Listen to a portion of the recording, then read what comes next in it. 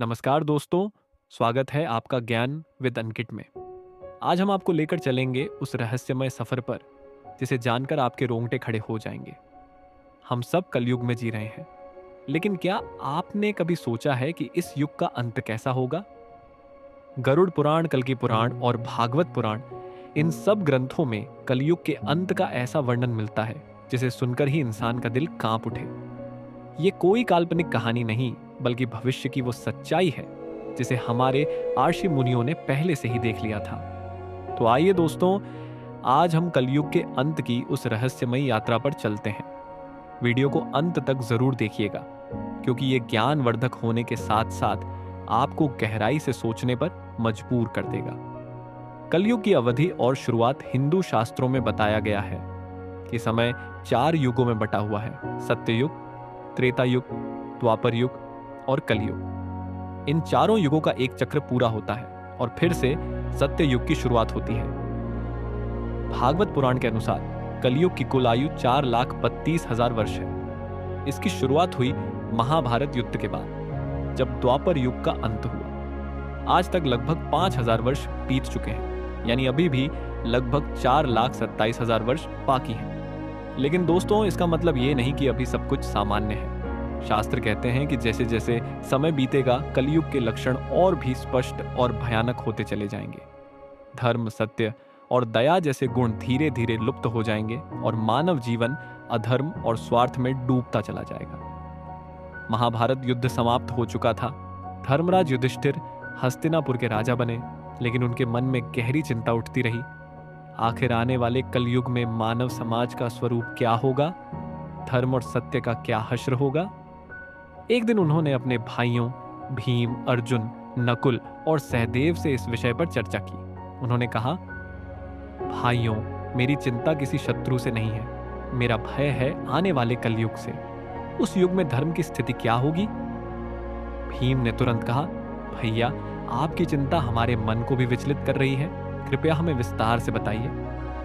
युधिष्ठिर बोले, केवल भगवान श्री कृष्ण ही हमें इस प्रश्न का उत्तर दे सकते हैं।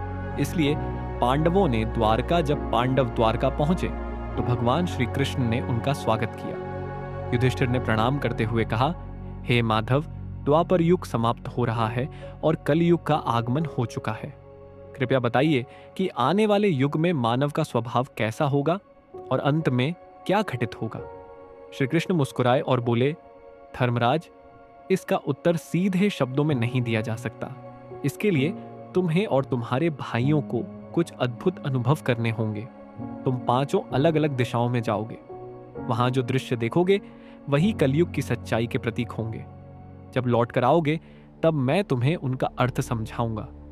पांडवों के रहस्यमय अनुभव, एक युधिष्ठिर का अनुभव। युधिष्ठिर एक घने वन में पहुंचे। वहां उन्होंने एक विशाल हाथी देखा जिसके 2 सूंड थे। वह हाथी अपनी अपार शक्ति से पेड़ों को उखाड़ रहा था। युधिष्ठिर हैरान रह गए, यह अद्भुत दृश्य आखिर किस ओर संकेत करता है? 2 अर्जुन का अनुभव। अर्जुन एक सुंदर और शांत वन में पहुंचे। वहां एक विशाल पक्षी था जिसके पंखों पर वेदों की रचाई लिखी थी, लेकिन वो पक्षी मृत जीवों का मांस खा रहा था। अर्जुन सोच में पड़ गए, ज्ञान और अधर्म का यह मेल आखिर क्या दर्शाता है? 3 भीम का अनुभव। भीम एक चारागाह में पहुंचे जहां गायों का झुंड चर रहा था। उन्होंने देखा कि एक गाय ने बछड़े को जन्म दिया, लेकिन ममता दिखाने की बजाय वह इतनी जोर से उसे चाट रही थी कि बछड़ा लहूलुहान हो गया। भीम चकित रह गए, यह कैसी ममता है जो अपने ही बच्चे को चोट पहुंचा रही है? 4 सहदेव का अनुभव। सहदेव एक जलाशय के पास पहुंचे जहां 7 कुएं थे।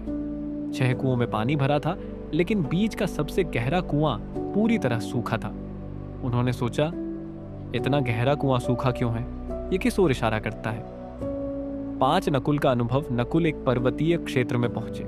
वहां एक विशाल शिला पहाड़ से लुढ़क रही थी, जो अपने रास्ते में बड़े बड़े वृक्षों को उखाड़ती आ रही थी। लेकिन जैसे ही वह एक छोटे पौधे के पास पहुंची, वहीं रुक गई। नकुल आश्चर्य में पड़ गए, इतनी बड़ी शिला छोटे पौधे के सामने क्यों रुक गई? कृष्ण द्वारा व्याख्या। जब पांडव वापस लौटे तो उन्होंने अपने अनुभव श्री कृष्ण को बताए। तब श्री कृष्ण ने एक एक करके उन रहस्यों का अर्थ समझाया। 2 सूंड वाला हाथी, भविष्य में ऐसे शासक और नेता होंगे जो बाहर से धर्मी दिखेंगे, लेकिन अंदर से स्वार्थ और क्रूरता से भरे होंगे। वेदों वाला पक्षी कल युग में विद्वान और पंडित ज्ञान का दिखावा करेंगे, लेकिन उसका उपयोग स्वार्थ और अधर्म के लिए करेंगे। गाय और बछड़ा माता पिता अपने ही बच्चों का शोषण करेंगे, और बच्चे भी माता पिता की सेवा के बजाय स्वार्थ में डूबे रहेंगे। सूखा कुआं, आध्यात्मिक ज्ञान धीरे धीरे समाप्त हो जाएगा। साधन तो होंगे, लेकिन असली आध्यात्मिकता लुप्त हो जाएगी।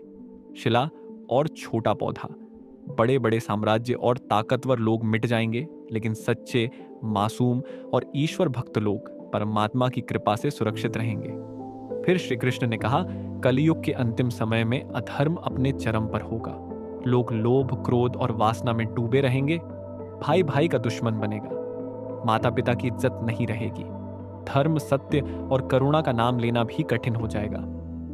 तब मैं कल की अवतार लेकर इस अधर्म का नाश करूंगा और सत्य युग की पुनः स्थापना होगी। ये है वो रहस्य जो हमारे ग्रंथों में लिखा है। कलयुग का अंत भले ही भयावह हो, लेकिन हमारे लिए ये चेतावनी है। अगर हम धर्म, सत्य और करुणा को थाम लें तो शायद हम आने वाले संकटों से बच सकें। अब सवाल आपसे, क्या इंसान अपनी आदतें बदलेगा या फिर वही घटेगा जो शास्त्रों में लिखा है? अपनी राय कमेंट में जरूर लिखें, और अगर ये ज्ञानवर्धक वीडियो आपको अच्छा लगा तो चैनल ज्ञान विद एनकिट को सब्सक्राइब करना न भूलें। फिर मिलेंगे एक नए रहस्य के साथ। जय कृष्णा।